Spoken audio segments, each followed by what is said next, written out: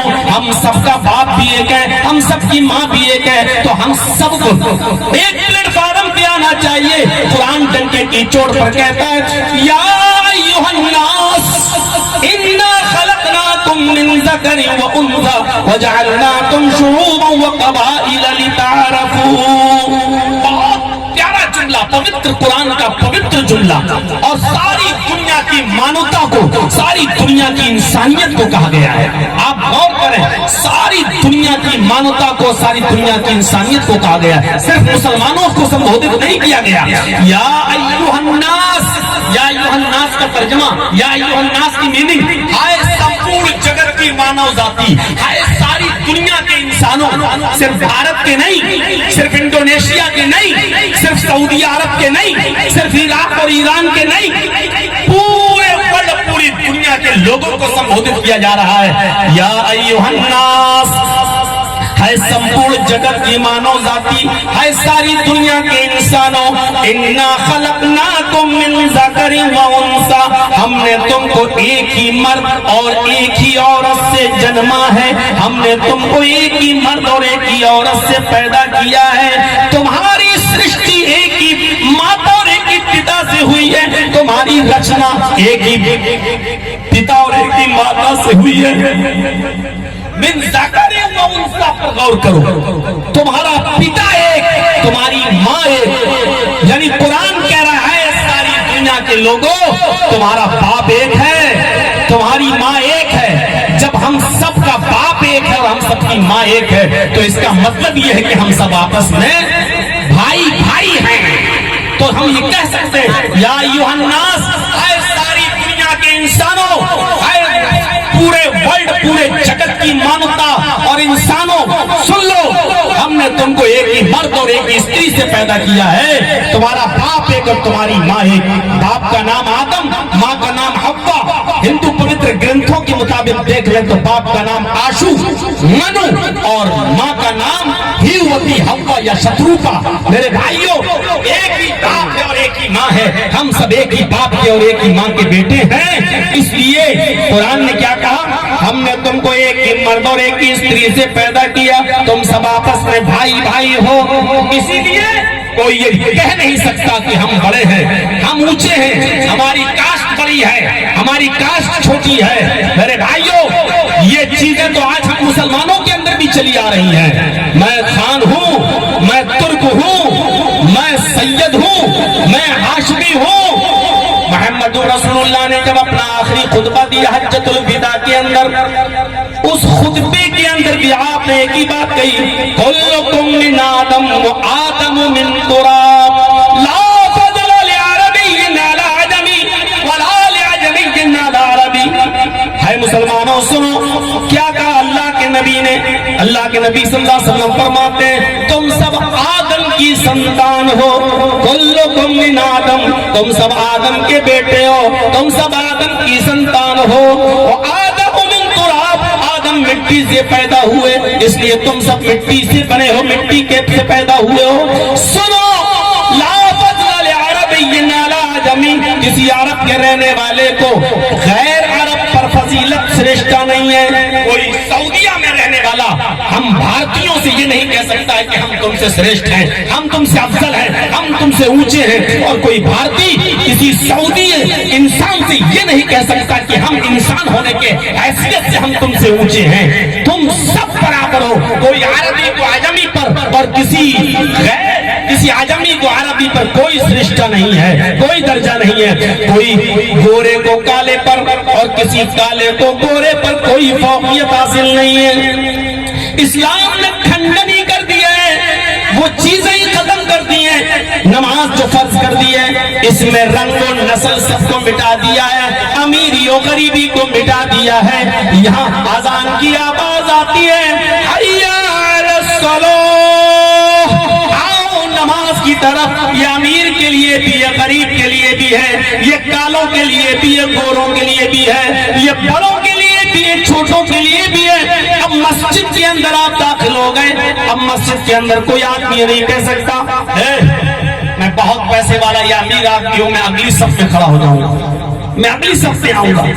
اور کوئی امیر آدمی کسی غریب آدمی کو پہلی صف سے کھینچ کر پیچھے نہیں کر سکتا ہے. اور یہ منظر مولوی جرجیس نے اپنی آنکھوں سے سعودی عرب کی سرزمین پر دیکھا تھا جب میں حج کے لیے اپنے والدین کے ساتھ گیا ہوا تھا. اور اسی حج کے اسی خانہ کعبہ میں جب سعودیہ کا بادشاہ بھی آیا تو سعودی کے بادشاہ کو بھی اگلی صف میں نہیں آنے دیا گیا. اس کو جہاں جگہ ملی وہیں پر اس کو بیٹھ کر نماز پڑھنا پڑی، ادا کرنا پڑی امام حرم کے ساتھ. یہ اسلام کی مساوات ہے.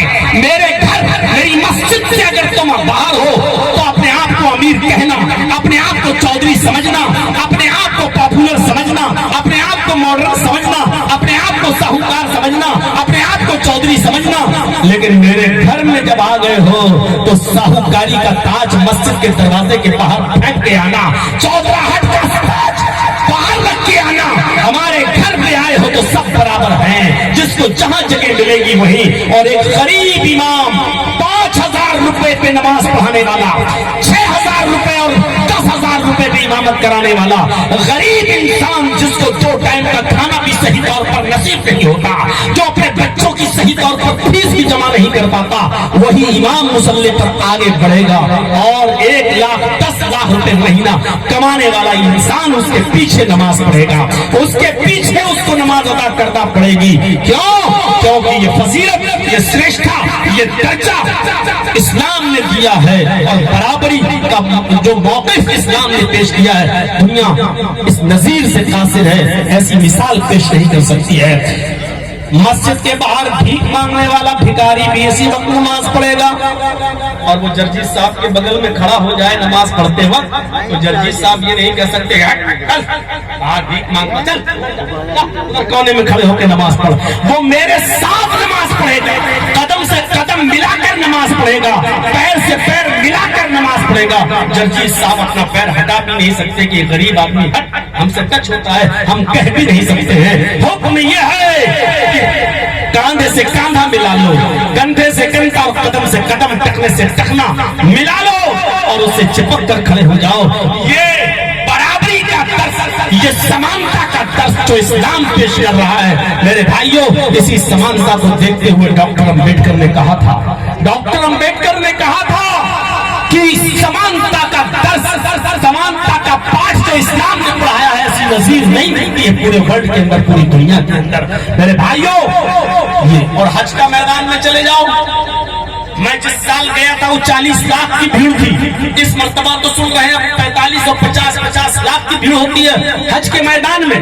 میرے بھائیوں وہ 9 تاریخ اور عرفات کا میدان انڈونیشیا کا مسلمان بھی ہے, ہندوستان کا بھی ہے, سعودی کا بھی ہے, ایران کا بھی ہے, عراق کا بھی ہے, اور دنیا کے چپے چپے سے جاتا ہے.